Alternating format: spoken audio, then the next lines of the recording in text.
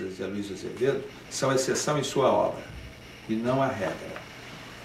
O Cortiço é considerado hoje um documento da sociologia histórica.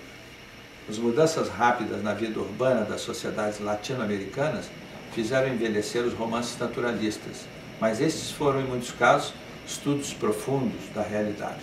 Émile Zola criou, a seu modo, uma nova literatura universal, e os naturalistas tentaram influenciar o teatro, mas não conseguiram porque o espectador de teatro é mais conservador e porque muito pouca gente tem de fato algum interesse pela realidade, tal como ela é, principalmente quando todos nos viciamos com os brilhos e as cores do mundo do espetáculo.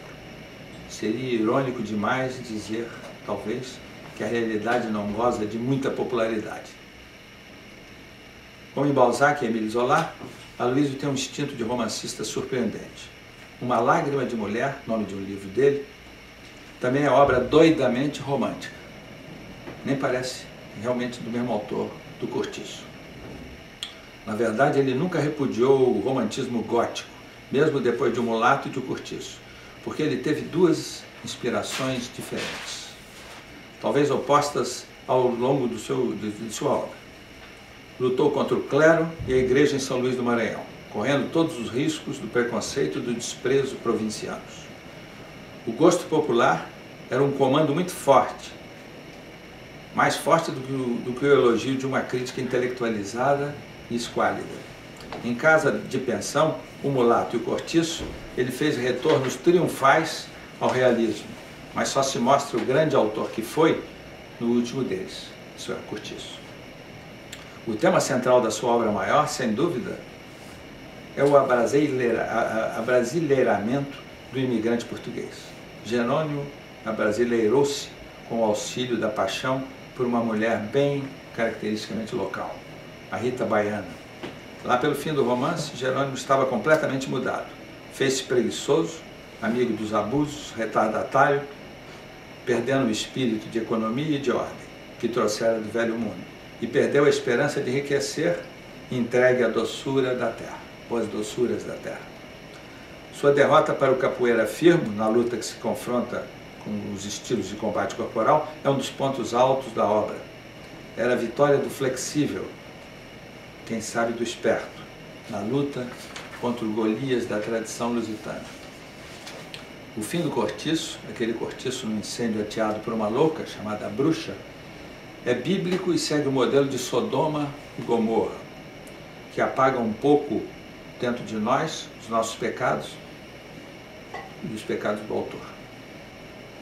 Quem foi de fato esse escritor de quem estamos falando, introdutor do naturalismo no Brasil, nascido no Maranhão em 1857, no mesmo ano em que Gustave Flaubert publicava Madame Bovary, romance que marcou a passagem do romantismo para o realismo e naturalismo na França? Quem era esse homem?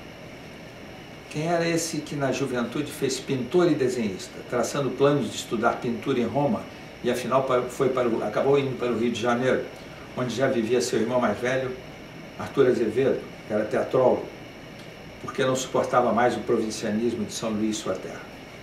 A grande mágoa de Aloysio no Maranhão era a hostilidade do povo da capital em relação a seus pais, pela única razão deles viverem juntos sem jamais se terem casado.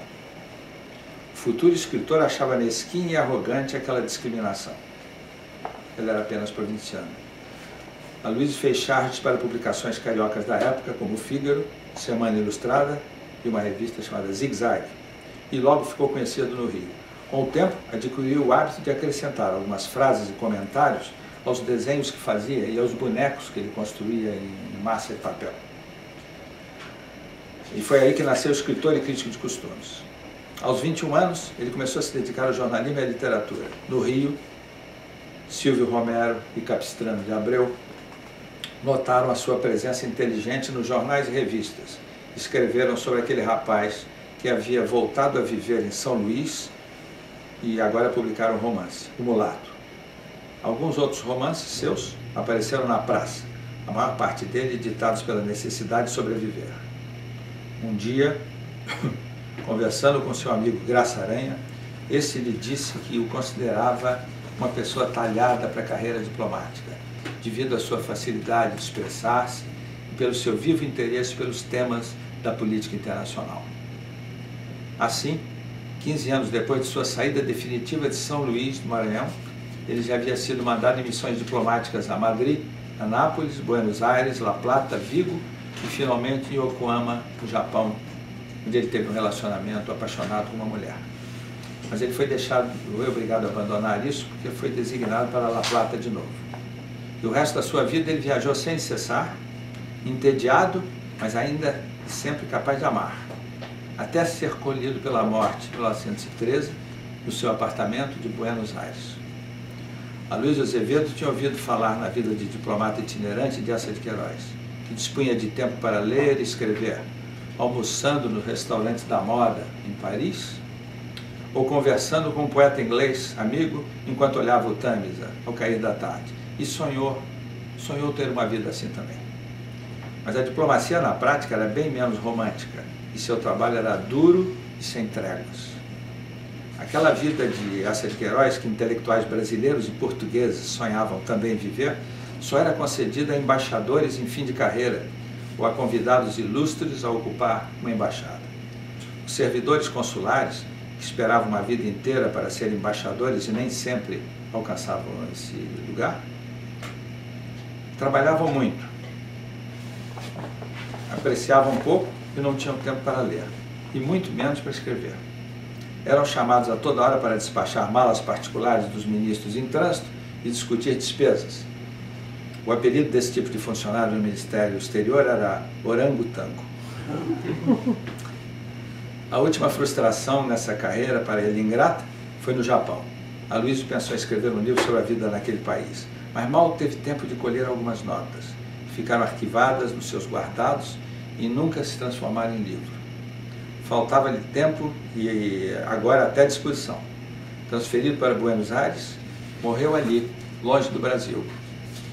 De todas as atividades de Aloysio Azevedo, entre de desenhista e pintor, chargista e de autor de romances bons, regulares e um excelente, a única que deixou marcas no mundo foi mesmo a de autor de uma obra impressionante, esse livro, O Cortiço.